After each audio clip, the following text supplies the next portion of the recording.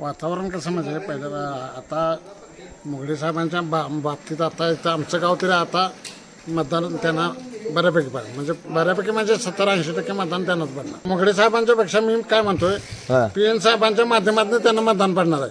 मुगडे साहेबांचं आता कार्य काही नाही इथे नवीन माणूस आहे पण PN साहेबांचा माणूस म्हणून काम करणार हे जे आम्हाला गॅरंटी आहे म्हणून तरी आम्ही निवडलाय ना माणूस. बर 100% काम करणार. आणि ही गॅरंटी चायनीज निघाली तर गॅरंटी चायनीज निघणार याचा आम्हाला कॉन्फिडन्स आहे. काय अर्थ नाही. जिल्हा परिषद शाळेच्या माध्यमातून मी तुम्हाला अतिशय महत्वाची माहिती सांगतो.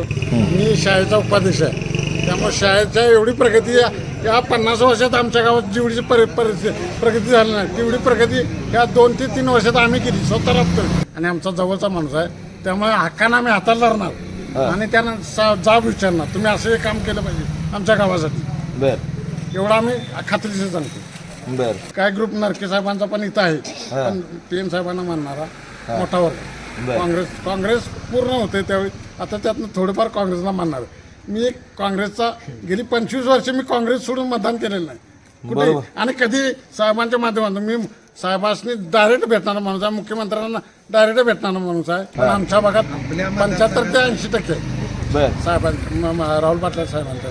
पण आताचा वर्ग असा आहे तुम्ही कुठलंच चिन्ह असून दे किंवा कधी त्यांना आता कळते कुणी सांगायची गरज नाही बाबा हे माझा पक्ष घड्याळ चिन्ह आहे किंवा काय स्वतःहून ते समजतात. आताचा वर्ग हा अतिशय सुशिक्षित आहे.